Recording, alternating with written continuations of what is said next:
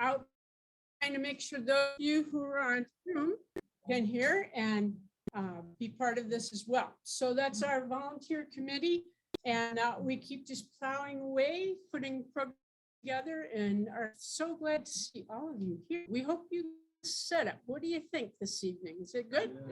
Yeah? All right. That's good feedback, right? So who's never been to Green Drinks before in all these years? Good.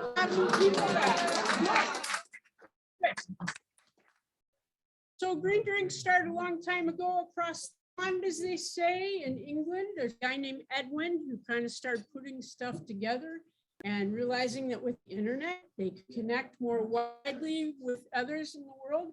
And so unfortunately with COVID, a bunch of sites kind of shut down, but at this point, there's like 346 I looked up. That's around part of some internet wide, other connecting, building environmental together. That's one of the goals, is building our community, continuing to do that. The other is to provide an educational opportunity. Here it is tonight. We have a great program as always, and grateful to have you all, and connecting you back to the community with opportunities to volunteer, to educate somehow so that you can still be involved. So that's part of what we try to do together. And I was mentioning earlier, there are places in the world, so we have enjoyed over time hearing about where the new sites are. So are you ready? There are some real new ones this time. So San Jose and Costa Rica. Anybody been to Costa Rica? This is your geography lesson for the day. I probably may not pronounce this properly, but Catty in England. Anybody been to New Zealand? It's for right? All right, that's good. We have Johor Bahru in Malaysia. Anybody been to Malaysia? I think, yep, we're in the back, that's great. Yeah, and in the United Kingdom, we have the town of, what was on there? They've been to the United Kingdom. You see lots of people are traveling well. Then closer to home, we have Northwest Arkansas. That's what it said on the thing. Columbus, Ohio. I've been to Columbus a whole bunch. This is city, you may have heard of it, but called Chicago. They opened up in one, so they're having a good. So all these places, all these people are gathering as well, sharing topics and all, and happy to welcome them into what we call. We generally meet, on the first Wednesday of the month. So next time, whether or not, is July already, right? July 6th, I believe. And Nancy has been great at putting together for that. But our friends, Hackmatack, who's heard of Hackmatack National Wildlife Refuge? You can tell us how old they are. Anybody know yet? This year they are 10 years old. So we want to honor that. I had lots of recognition. They've done a lot of great work in 10 years, many years before that. So our presentation will be about Hackmatack National Wildlife Refuge next time. So make sure to come and bring your friends. Yes? Please make yourself louder for the Zoom. Okay, thanks. Sorry, I felt like I was yelling at you all, but I'll do the best I can, okay? Be prepared. No. Anyhow, I think that's everything from us, except please continue eating and drinking as you are comfortable. We want to introduce our program this evening. Following that, will be some Q&A for them, but also we will have our normal community announcements, a way for you to get involved. And I did forget, Zach, to have you come up here and chat. Come on. Thank everybody for coming in person and adapting to our new layout. We are trying to figure out how we're going to move forward with Green Drinks. We've had a lot less attendees since COVID, but we're rebuilding and we're super excited about that. And we want to get people eating and drinking again at Duke's and conversing and connecting like we have from the start and we have all along. So we're doing our best to encourage that. As we grow, we will figure out how we would change the room and stuff. So I like the feedback, please let me know or pull me aside if you don't want to say something publicly or whatever it is. I'm interested in feedback. I want to make everyone here, but I also want to make sure that you get some good services, get the chance to enjoy our delicious food and drinks. We do we obviously together everyone here for no cost, but we always appreciate the support of Dukes, and and we'll be here regardless. But any support that drinking and dining or to-go orders at the end is always appreciated. So, but yeah, Austin Kitchen. We've been here just a year longer than Green Drinks has been hosting here. So, truculent past years for us as a restaurant, to say the least, and all of us as well. But that much like Green Drinks is we're figuring out how we're going to move into the future and adapting with that. But the support of all local farmers all along, and we've been able to keep supporting. We've stayed true to vision, and if anything, we've only increased that and learned some things, and with our pit become an even greener restaurant. So we continue to be a 3-star green certified restaurant. We were recertified a few months ago, actually. So so we kept our star rating, and we're going to continue to do that. We work with them constantly. If recently a freezer broke, so we're working on getting a new refrigerant that's going to be green or GWA rated. So we call them up and they help us do through that process. We know that these things do come at an increased. We're always trying to adapt and be greener as we go, because we can't do everything all at once. So, but yeah, said. Thank you very much for adapting and joining us and continuing to keep Green Drinks going. And we're so excited about the future and our presenters coming up. We've got a whole bunch of great ones. So thank you all for coming out, and we'll see you next month in July. Oh, so yeah. So how do you pronounce it? Aronia berry. Aronia berry. So last week we had dropped off a sample of the Aronia berry juice, and we were able to bar team up with a cocktail for it. So we do have those available tonight for you guys to order. I'm not sure how long they'll be available with the half, but if you want to enjoy one of our Aronia cocktails, we're calling it the Aronia Project. Gave us a project to do, so to come up with a drink. It's a coconut rum, some simple syrup. It's a rather simple cocktail, but it came out really delicious, and hope you guys can at least try it or share one, however you do that. So, but enjoy yourselves. Yeah. Thank you. Nancy put the seedlings together for us, so she's going to introduce our speakers. Hello, everyone, and welcome back. It's to see this many people turn out for Green Drinks. So glad you're here. On the camera here. Oh, gee. Okay, sorry. Hybrid. Yeah, welcome back. So glad to have you here, and so glad to be able to introduce this program to you tonight. The idea of a food forest is kind of a new thing. Many of you, in fact, have never been to a food forest. A few of you have, cool. But it's sort of a different new idea, but I think it's going to be a very growing, fast growing idea, spreading rapidly.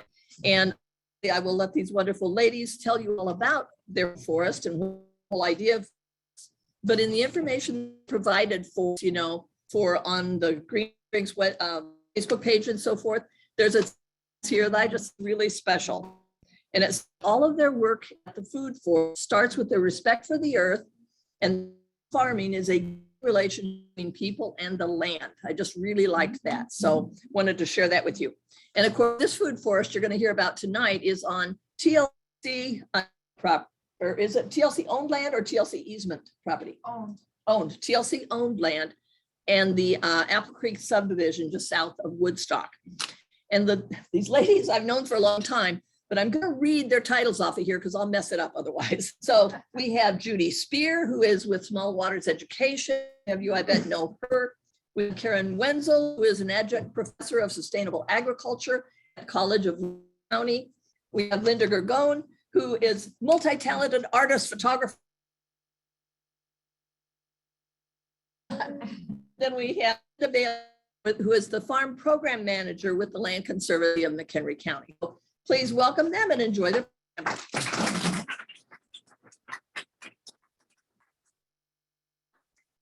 I'm really nervous about the technology here, so I hope I don't put it up. My name's Linda. I'm with the Land Conservancy, and I'm the farm program manager. I wanted to just start off by kind of repeating what Nancy just said about the location of the food forest. It is south of the Woodstock Square. If you know where it's, if you know where the Conservancy's office is, Down here.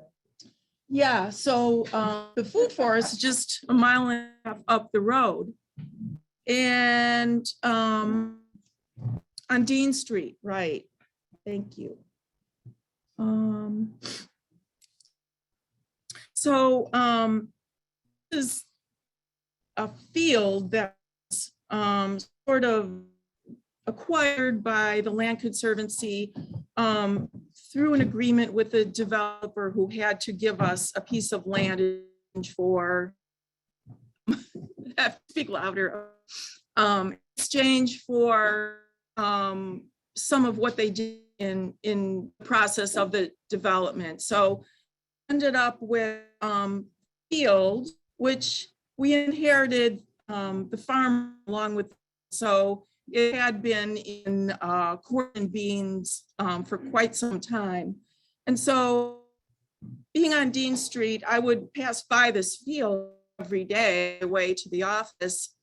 And I got to thinking, wow, this is in such a great location, a lot of visibility. This is their view. Oh, let me go back. You can see in the back, that's Apple Creek subdivision in the background. And then another view in the background, you can see a couple of schools, elementary schools nearby. Speaker notes. Yeah, I forgot about that. And so, so as I was passing by this field every day, I got to thinking we should try to do different. There's so much corn and beans. What else can be grown here in McHenry County? And how can we use this field in a way that will kind of be a demonstration of different ways of farming and different things you can grow?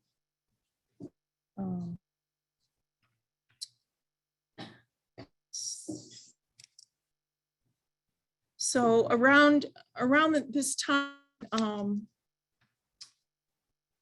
when I was trying to figure out, you know, what you can do with the field, I started following an organization called the Savannah Institute, and they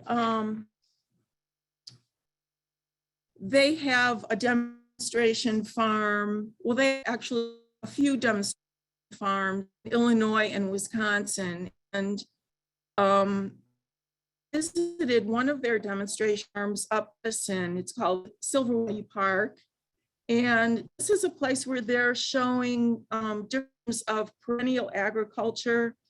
They call it agroforestry because it mixes trees and agriculture.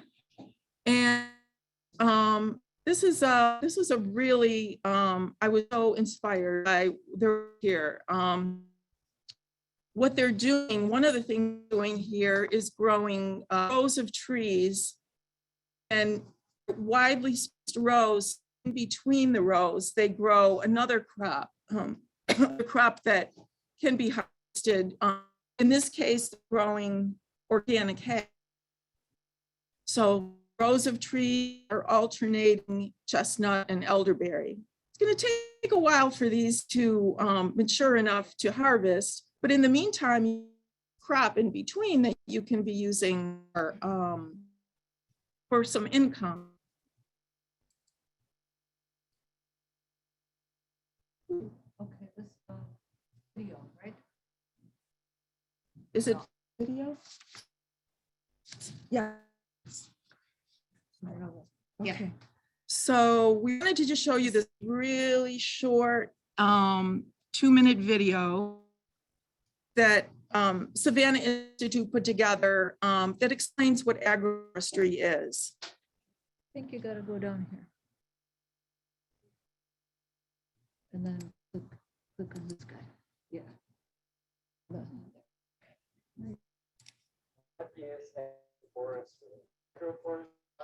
Yeah, agroforestry. Works well, in the sense that it's using trees as crops, but there's more to it than that. It needs a very convenient way of thinking about agriculture. Forestry is basically anything you mix trees with livestock, trees and okay. Agroforestry is the intensive, integrated, intentional system of growing trees. Agricultural products. To make a profit. So that's the basic idea.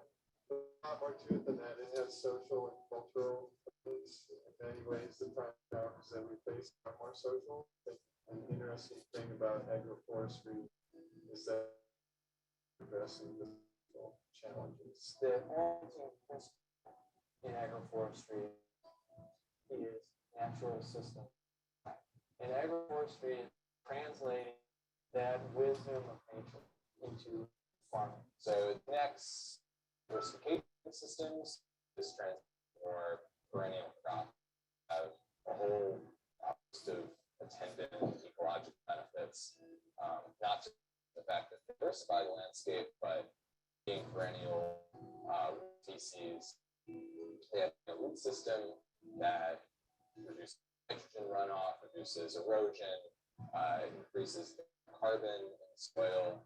So there's a lot of interesting ecological benefits to agroforestry. One of the things I find really compelling about Savannah Institute and agroforestry in general is that it's that ethical and really puts it into practice.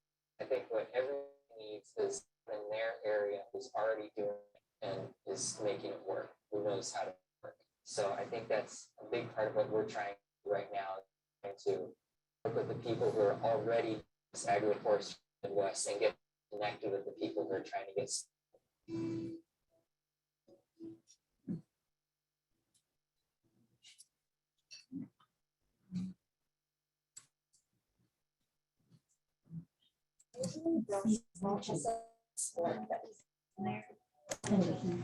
And I gotta turn it. Wait, something I said, I have to turn that off. She's coming over. I think I need to close.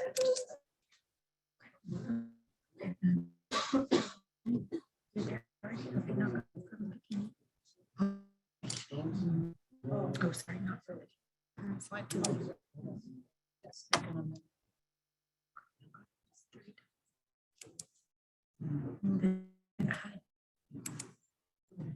Now click to go to the next slide.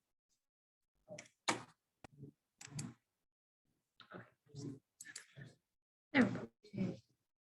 All right, Judy. Hi, I'm Judy Spear from Small Waters Education, and I'd like to speak a little bit about the history of agroforestry. What's the background? How old is it? Well, older than history. This is Lila June John, and she's an Indigenous artist, scholar, and educator. This is a quote from an article she wrote about Indigenous agroforestry. She says, when European explorers first landed on the eastern seaboard, they marveled at the forests and wrote how they looked like parks, space between trees. There were deer walking through. They called this wilderness beautiful. Wilderness is a word that we need to examine and reconsider. And it may not be as wild as you think. Healthy ecosystems need the care tending of hands. So what we know are Asian forests or savannas, indigenous time landscapes, and a form of agroforestry agroforestry. And one of the earlier white explorers to this area name was Colby Benton, and he visited this region when it was still occupied by Potawatomi people in 1830, and he wrote his travels. He described the plants that he saw on the shore of what is now known as Twin Lakes in Walworth County, only 24 miles from the site of the Apple Creek Food Forest. So this is what he wrote. The trail we were following passed across this strip of land between the lake and me, like passing through the Red Sea on dry land.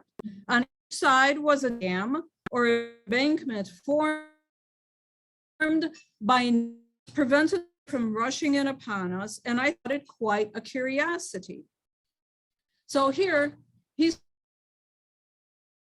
he can't recognize the landscape as if this is nature or art, meaning this. And then he described the plants. There's covered with oak, maple, butternut, and basswood. And he saw great of the little frost grapes. He saw them, or he called them.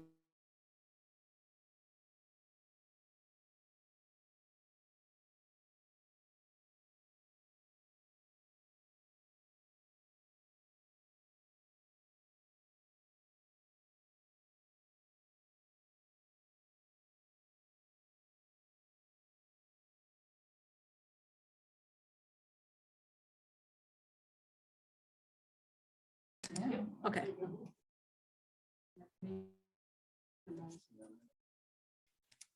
Okay, thank you. So Mr. Ben did not recognize that he garden, but he was. It was an agroforestry garden. So Linda asked me to help her to craft a vision statement because she had all kinds of great ideas. And so we brainstormed them and put them in a few sentences. And this is what we came up with. Apple Creek Food Forest is a place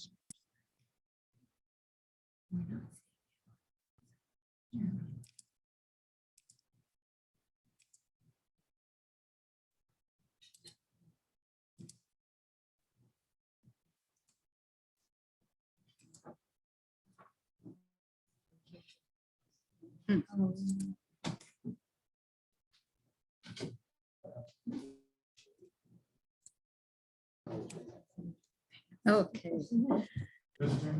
So again, this is the vision that we're currently working with for Apple Creek Community Food Forest. It is a place to demonstrate diversity of plants that can be grown for food and wellness in our region. It is a place that welcomes a diversity of people to gather, experiment, learn, and share knowledge. All of our work here is rooted in respect for the earth and in the farming is a relation between people and the land. So we gathered our team together, as Nancy said, that's Linda, myself, and then Linda Gorgone and Karen Wenzel, and you'll hear the two of the others. So we walked the June of 21, we made a site visit. We wanted to observe as much as we could of what's there already. We recorded, made a lot of notes of our observations of the plants and animals.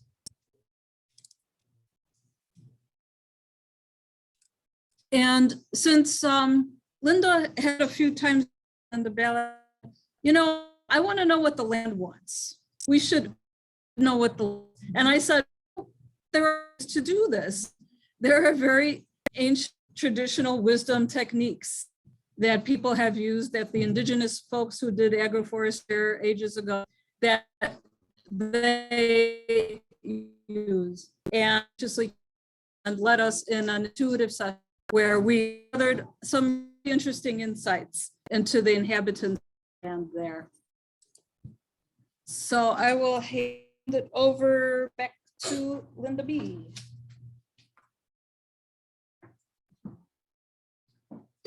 So I wanted to show you an aerial photo. It's a fairly recent aerial, just so you can get an idea of what our land is like and from above. So this is in 2021. And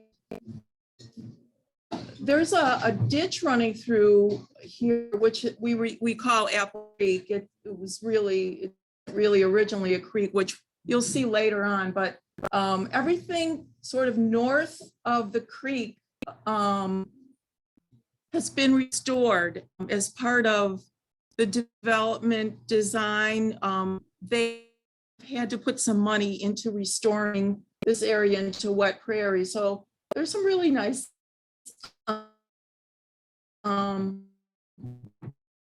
wet prairie species growing in here. This area, the wet area, to the south of the creek.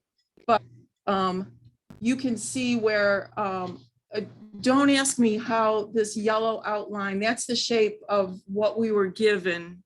I don't know how it got to be that crazy shape exactly, but we'll work with it. And you can see that our part of the field is what we're talking about planting with the food forest crops. To the east is very wet. There's a number of reasons for that we'll talk a little bit about. And let's see. Oh, good question. It is total area is about 20 acres. Yeah, but have about 5 or 6 acres really of that's tillable, that is dry enough to be able to plant what we're thinking of planting.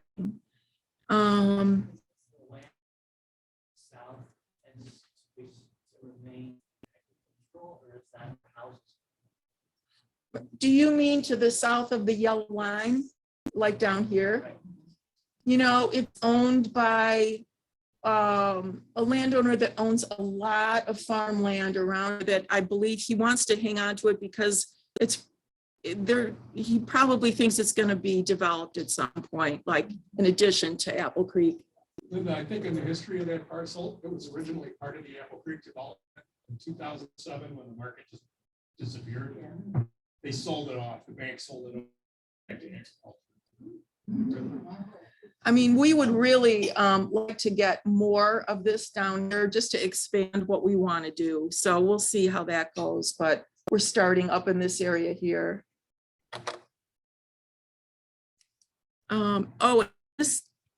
This goes to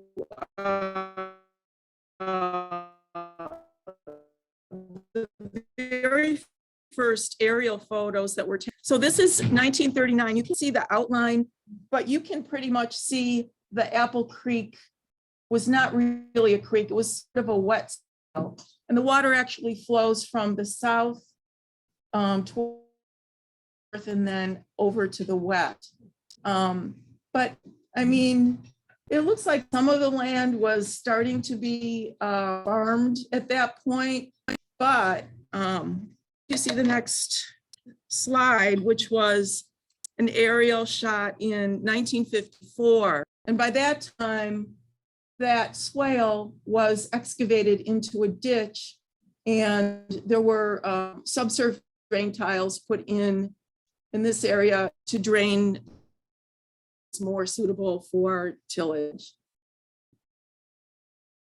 So from 1994, we jump ahead to 2005, and by then not that much has changed.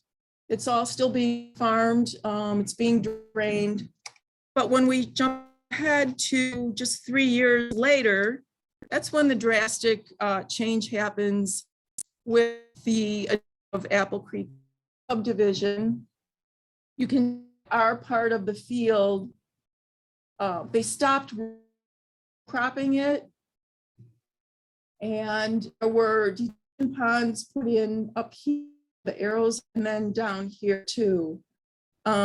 These mysterious black lines, we finally figured out that they were silt fencing put in to control erosion during the construction phase. And some of the homes were already built, but there was still a lot of construction on in 2008. This was an aerial from 2017. And you can see here, there's a lot of flooding going on. A lot of the farmlands around here and beaver dams that are backing up water. He has past years removed the beaver dams, trap the beavers. Means when you do that, you kill the beavers. Let's see.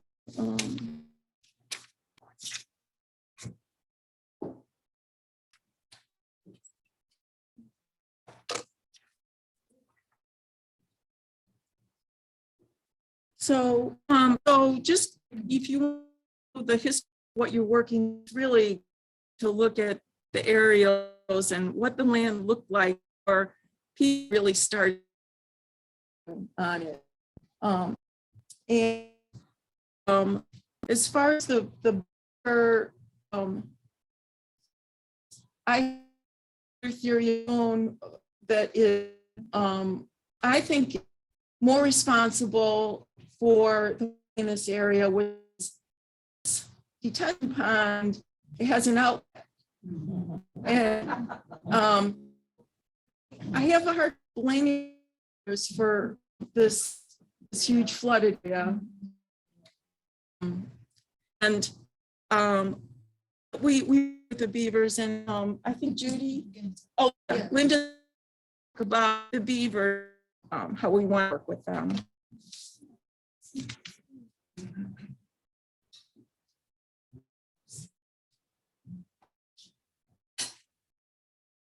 So I took in March of this year to be one of the dams on the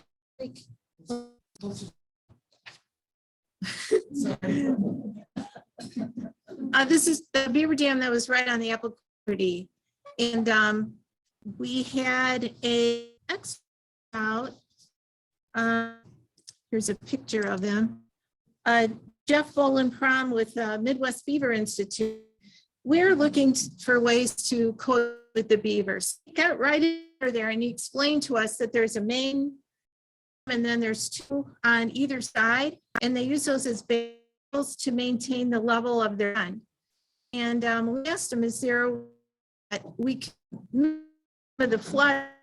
Yes, he had some idea.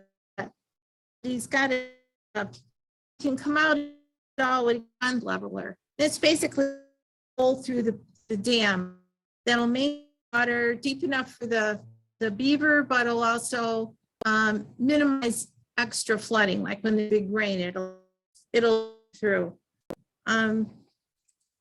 He also pointed out to us that having a beaver on site is very advantageous. They'll improve water quality, they replenish drinking water supply, and they increase wetland biodiversity. Here the beaver engineered a berm, and which allowed him to go in and eat cattails, which opened up some area, and that allowed wildlife to come in and maybe more diversity of plants. So we really like that idea. Our experiment is, coexist with the beaver at Apple Creek. So along the lines of wildlife, the initiative is try, capture some of the observations, some of the wildlife we saw. So here's a few pictures of birds that we saw, and I've put them in Naturalist. Any of you familiar with that application, I was able to place, and we called it Apple Creek Food Forest. So anyone who's out there and sees an observation can go ahead and record it there and use Apple Creek Food Forest location. And you can also go in there and search on Apple Creek and see observations. So when we've got they're planting or hiking around, we can build up a good set of species. So we got some birds and started out on insects. I expect we'll see many more as we increase the diversity of shrubs and trees, food sources. Here's some of the plants. We've got about 2 plant species that recorded, and these merely around tension and were rated by the developers. But we also have some wetland plant. So in the flooding area, I expect when we go the times of year, we'll see a number of waterfowl, and it's a pretty cool place. There's a lot of wildlife there. Okay, next. What's next? Karen, here we go.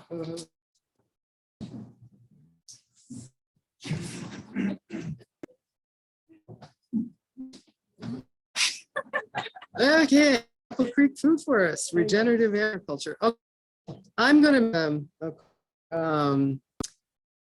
dive into a deep dive into what a food forest is, how we got, and how Linda and I got, and why am I standing here? Well, you guys may know that has been one passion. I discovered permaculture in 1989, and it is agriculture, and it is a rediscovery of forest and the woodlands can provide all the food and all the medicines need, proper management or interaction with it, and that we're doing that regenerative agriculture sequesters a lot of carbon, and that the indigenous people have been doing it for thousands and thousands. So the holy grail of agriculture has been for the last 10,000 years doing perennial agriculture. Okay, we're now beginning to get it with how ecological systems work. So I've been teaching a class called Age 121, which is sustainable and regenerative agroforestry. Okay, and basically, and we give a permaculture certificate as part of the curriculum, and that I don't want to go into the history of permaculture, but it started in the late 70s with a man named Bill Mollison, who was an Australian agronomist, and other people, David Holmgren, and now we have Latin people that are bringing it forward to the newer generation. But there is a very famous culture instructor. His name was Mark, and he wrote the GR 121, and it is called Restoration Agriculture. And what he did was build a Midwest food forest in his oak savanna on a depleted farm, a depleted dairy farm in north of, it's near Viroqua, Wisconsin, and it's approximately 100 acres. And he grows oak trees, black chokeberry, and chestnuts. He does a lot of different things. He works with Savannah Institute, and he's an instructor, and he was one of the original permaculture instructors through Midwest Culture. And so there's a lot of connections here. So regenerative agriculture, which encompasses everything, organic farming, all the way to certain aspects of regenerative agriculture, there's permaculture. I would say, for me personally, the holy grail is to be able to recreate a forest that was a part of indigenous landscape originally here when the Americans were here. and because basically when Europeans arrived, they were going through different territories of all the tribes, and they didn't realize that they were walking through food forest that was managed by these groups. And I don't want to go into depth into that because it's full classes, whatever you talk about. But the bottom line is we can learn is basically we can do ecological restoration and the whole, allow nature to do a lot of the work for us as opposed to us doing all the work. And that agroforestry encompasses a bunch of different aspects of this. And I gotta find the little arrow here. I got it. Yeah, there. Oh. So what are some of the crops that can be grown? So all of these are basically, one of the things that Bill Mollison, when he formulated permaculture, is, and he did a thing called the zone system, which and the the 12 permaculture principles. But always, he said, always use the native that are indigenous to your area if you're going to do any kind of food forest or cropping of any type, and put it back in the way nature would do it in succession. And that's the bottom line. We are thinking about and working with putting in like black currants, service berries, persimmons, basically American foods, the Asian pear, the Asian pear is a factory, but elderberry and pawpaws, gooseberry, raspberries, wild plums, hazelnuts, chestnuts, or a hybrid version of the chestnut, black walnut, pecan trees, things like that. Because you start with an overstory of nut trees, and then you go down to something like the service berries, the plum trees, the different tree layers, and then you go down into shrub layer. And elderberry would be more in between that and integrated into it.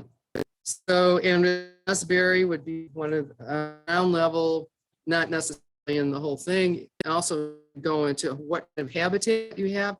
Oak woodlands could have plants that, is an area that kind of a real love of mine, and medicinal plants in the woodlands and in areas that can be native plants that can be used for food and medicine that a lot of people have no clue about, but it's an untapped resource. So it's all a part of it. But the USDA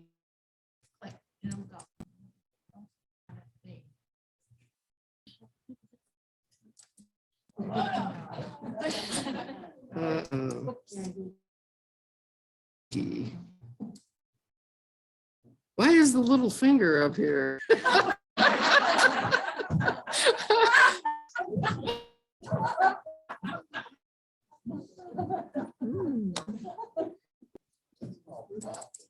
Yeah, it's the universe telling you to. There we go. Okay, and then what next slide? Oh, now is a really interesting addition, and it's invasive. You guys in there is not invasive. It's called, thank you. It's called a honey, and it's of a blueberry, and it's the Pinium genus, and it is from Kamchatka, Russia, and it has more anthocyanins in it than blueberries do, and it can grow from zone 3. Also, too, it doesn't have any of the acidic soil condition requirement blueberry does, because as everybody knows, you can't grow blueberries in our heavy clay soils here. So this is one of the food forest blueberry things, and there we go. This is a Corylus americana hybrid, is nut, hazelnut, And hazelnuts are in the mid-story of the understory of the nut trees, and they have been explored by a lot of different kinds of growers. There's co-ops that grow these nuts, hazelnuts, and they have markets, and they're talking about growing them for example, hog feed and different kinds of animal feed, because they are very nutritious as well as people food. And these are the chestnuts. Now the chestnuts, a really interesting story is that this is the American chestnut, but it is 99.9 American genus and about 1 to 0.5%, depending on the tree, Chinese chestnut tree, to prevent the chestnut blight. Okay, so and people are experimenting with this. It's viable, I guess, to maybe zone 4 and all over the upper Midwest, and it's part of the potential food forest, and it's chestnut. So it was and also the great American chestnut that all the colonial buildings were built out of, and nuts and all. That's this guy, and that people have been really on them, and the Arboretum has been really trying to develop. Whoops. Darn it. Okay. I hate messages pop up that. Okay. Well, here's the superfood that is totally native and everybody should be having in their breakfast. This is called the Aronia melancarpa from chokeberry. It's wet or dampish soils, and it's very, very anthocyans as well. It's not sweet like the honeyberry, blueberry, but it is extremely palatable if it is sweetened somehow. And you can make jams, pies, jellies, drinks, and well. And then Karen, yes. can I just mention, and we do have samples of the aronia berry juice for people, not in a cocktail, just the straight juice. If you want to sample it, we'll be giving out samples later. Free samples. It's one of the free. You can get it, by the way, get it at Whole Foods or health food stores. Yeah, and it's same with the to the elder here. It's not, no, the elderberry wasn't there. Anyway, so go back. Sorry, who's or is it talk about this too? This is the cover crop. Okay. I'm looking for.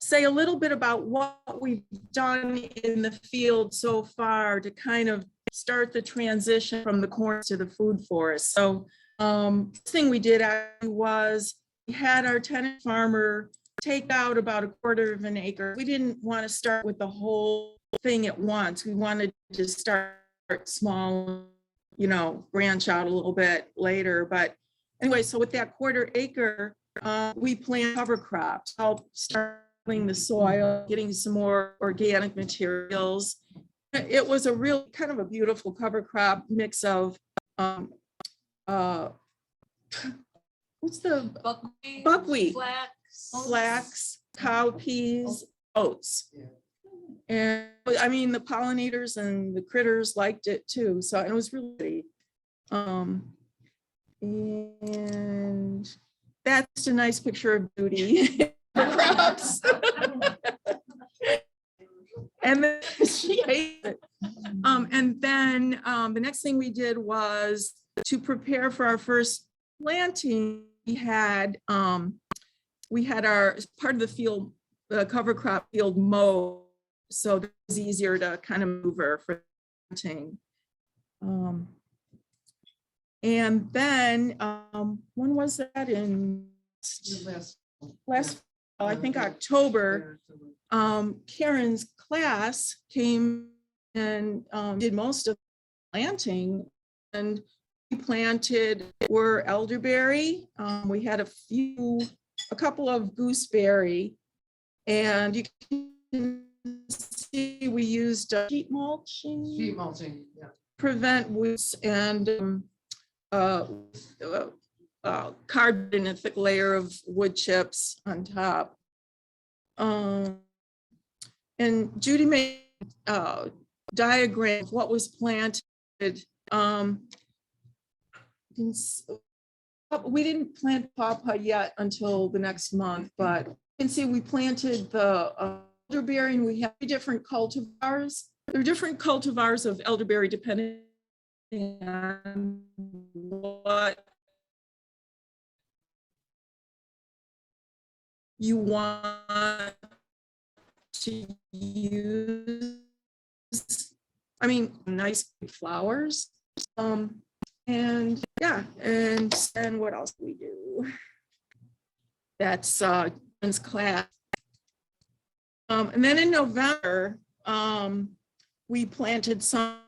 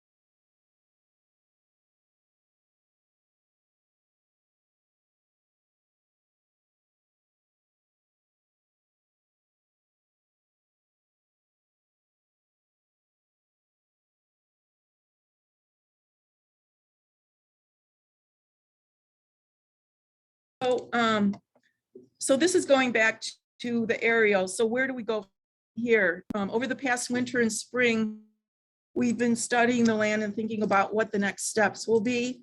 We've decided to take our part of the field totally out of row cropping after this season. The eastern part of the field that's been flooding will be turned to wet area. And we'll consult with Jeff to find ways to work the beavers. This is about 5 acres for the forest, more or less. And so, yeah, so the part we planted was just this little corner up here. So we've got all this, you know, this area here to play around with.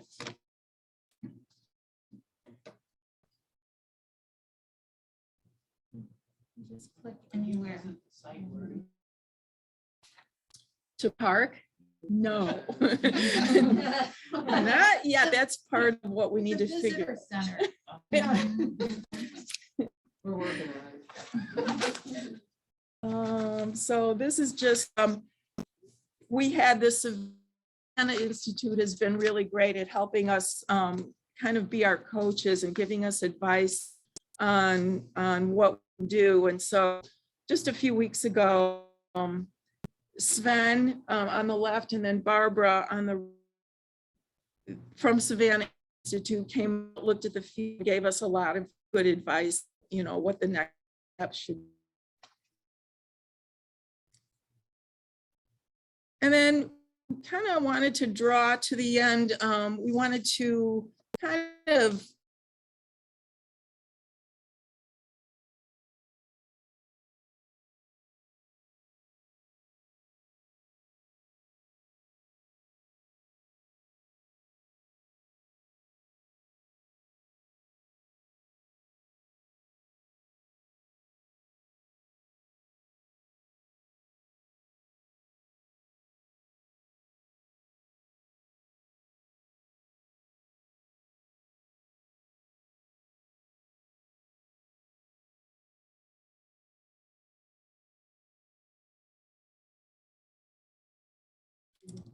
combining grazing animals with trees.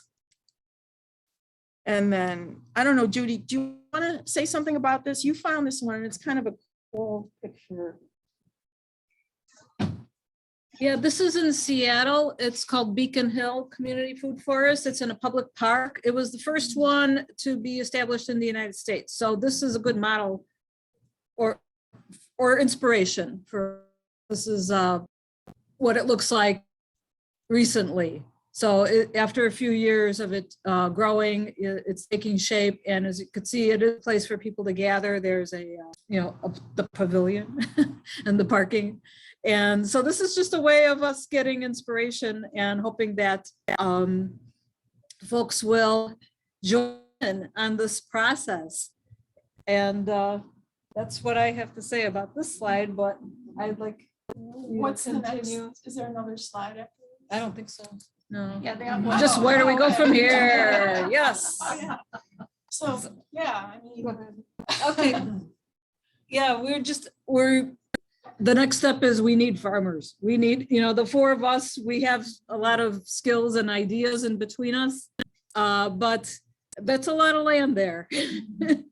And trees and shrubs take a while come into bearing. So we have a sign-up sheet. We've got some handouts with more information for those who want to learn more about it. And we invite anybody who wants to be a part of this adventure to get in touch with us. And especially any farmers who, this can be an incubator, right? This is, as the Savannah Institute film said before, this is the first one in our region, or one of the first, to show that this can be done. And so this can be a demonstration site to inspire how forestry can work, profitable, can be ecologically beneficial, and can be a great source of value for environment and for people. So any ideas, questions?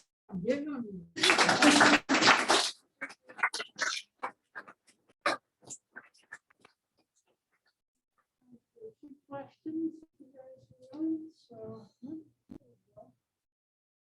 Yes. What's benefits with Illinois Farm Link at all in terms of looking for farmers to participate in this?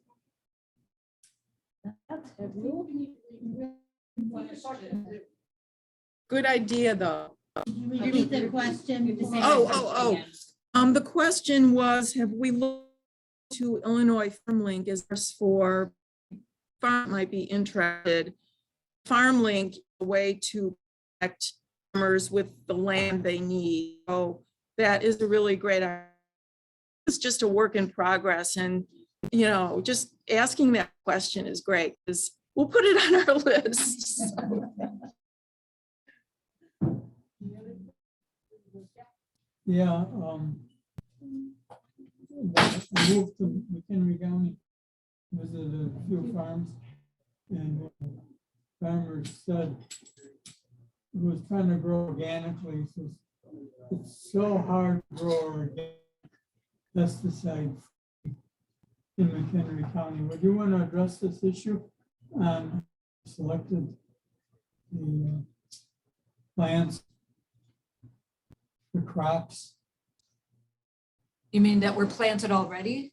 No, growing that you picked out without using pesticides.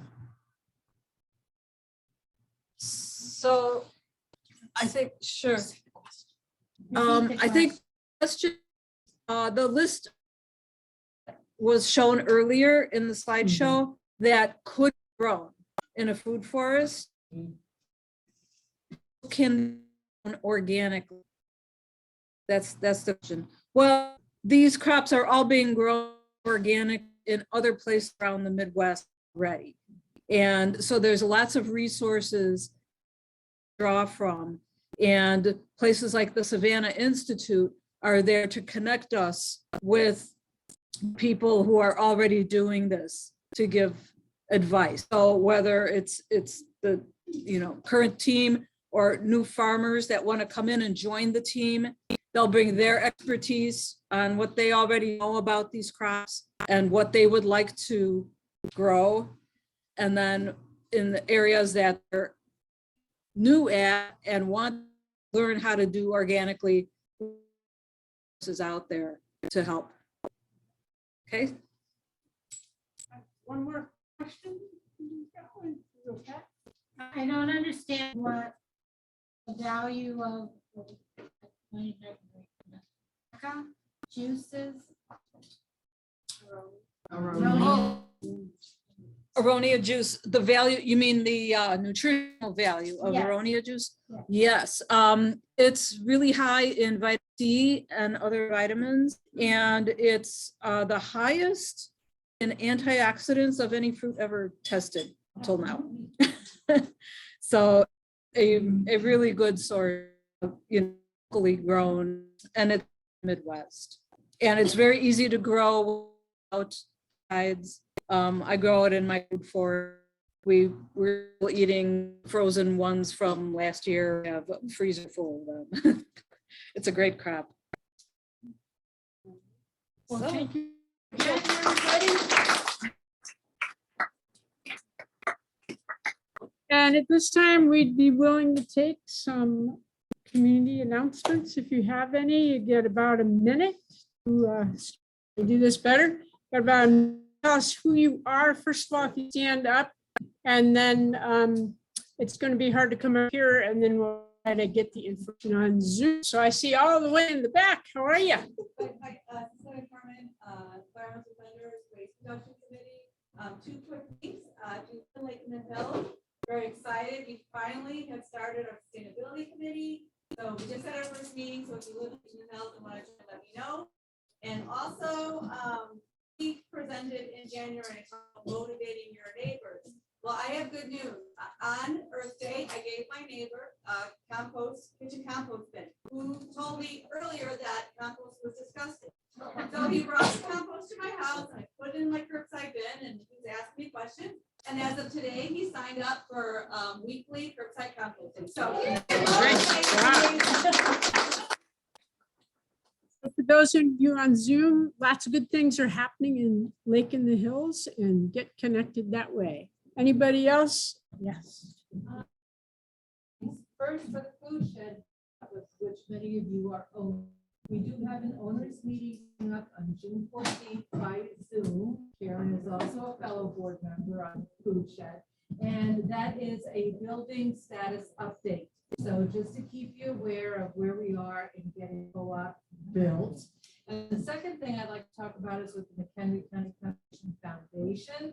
We have our saddle fundraiser happening on June 12th at Glacial Park.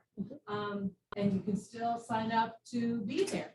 There is no limit to the amount of people. You can come, and if you have a horse, ride your horse. If you have a bike, bring your bike. And if you have a kayak or a canoe, you can bring those. And I believe that there's still a few to be rented. And so far, the nipper is flowable. So we're really happy about that. So that's on the 12th.